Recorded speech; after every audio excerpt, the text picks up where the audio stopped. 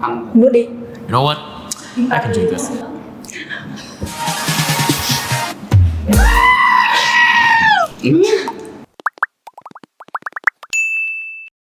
Xin chào mọi người. Chào mừng các bạn đã quay trở lại đến kênh YouTube của IELTS Workshop. Hôm nay chúng mình ở đây để tham gia một thử thách được đem lại bởi Workshop. Và mình thật sự chưa biết là thử thách hôm nay sẽ là cái gì cả. Khá là háo hức và sợ và háo hức. Một sự sợ. Từ vựng tiếng Anh mô tả đức tính của người giáo viên bắt đầu bằng các chữ cái trong từ teacher. Mình có thể mở từ điển được không ạ? Nope. Chết rồi. Okay. T, tenacious. E. Exhausted. Wait, what? Okay, A, accessible. Oh, Back to you here. Charismatic. charismatic. Good one. Humorous. Energetic for E. That is the complete opposite of my. Alright, you got the last word.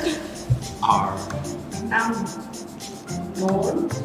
Wait, what do I have the R? 2, 1. Rigorous. That was legitness, you know. Như cậu vẫn đi vào vì cậu đã trả lời trong 1 giây, cậu đếm được. Okay. Bây giờ sẽ có 6 nắp chanh ở đây. Hình phạt cho cậu 6 vị quả chanh. Không phải 6 vị quả chanh. Tức là nó có 6 độ chua hay là 6 vị là như nào? cậu phải ăn. Okay. Ăn. Nuốt đi. You know what? I can drink this.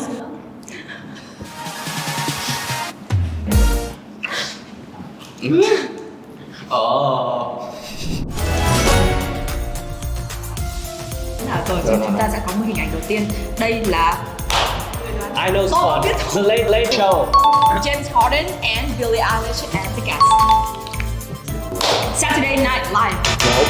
What? How do we know? No, Jimmy Fallon Show. The late night show with Jimmy Fallon. No. It's not a late night show. The Tonight Show starring Jimmy Fallon. Oh. Oh my god. Uống nước nó không giúp. Nó không giúp gì cả. Game show tiếp theo. Đi better. IELTS A+. IELTS must be chưa tin. Cái gì? Chưa tin. I know this one. Okay. Oh. No, cái ngon. The face is the face. Về á. Rồi chúc mừng anh. The Masked Singer. The Masked Singers. Okay, great. What the? Moving on. Việt Nam Got Talent. No. Vietnam's Idol. Quyết kiệt. See? Ý trời đã định rồi, ý trời đã định rồi. Oh, Không, cái này thì mình nhỉ. Nó kiểu như là đi quân sự với người nổi tiếng nhưng mà không. Sao nhập ngũ? Cheers. Thứ đồng nghiệp bộ bạc này. Hai chọn là đúng. Surprise is right. Em có nghĩ là rót chanh vào thì nó sẽ được cay không? Chanh đổ ngột. Lấy đi em. Lấy không? Lấy. Lấy không? Lấy. Lấy cái gì? Lấy hay không lấy? Không lấy. Anh không lấy luôn. Bóng mặt này. Anh chọn một trong 2 cái để ăn. Một trong 2 cái để ăn. Tôi chết rồi, cái này bóc ra rồi, tức là Anh nghĩ là no. Ok. anh chưa thấy gì cả. Anh cứ nhìn rồi. Nhìn mặt ban tổ chức có vẻ vui vẻ, cho nên mình chọn. Nhưng mà tiền sổ xịt. Rồi lại. Anh đã nhận được. Cái gì đấy? Anh không lấy. Không lấy. Smart. Mine. Thôi được rồi, lấy vậy. Thôi lấy cái gì? Cái gì đấy? Phần quà của em. Nó bị chết rồi. Mình chỉ cần nước. Hold up, wait a minute. Không có bị gì. Làm anh khó lắm mà. Mời các bạn. Quà mà, Linh nói rồi. Hiểu lấy đi, bé nhất. Đâu em. Alright, anh xin phép nhận quà này. Và nó là 50.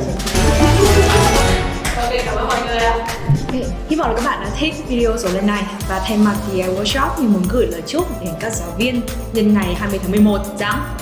Okay, I wish that we have more tolerance in whatever we do with our students. Wish you guys have a lot of energy. And I wish that you guys, and most importantly myself, would be less angry. Okay, maybe you can see your students as your companions throughout your journey.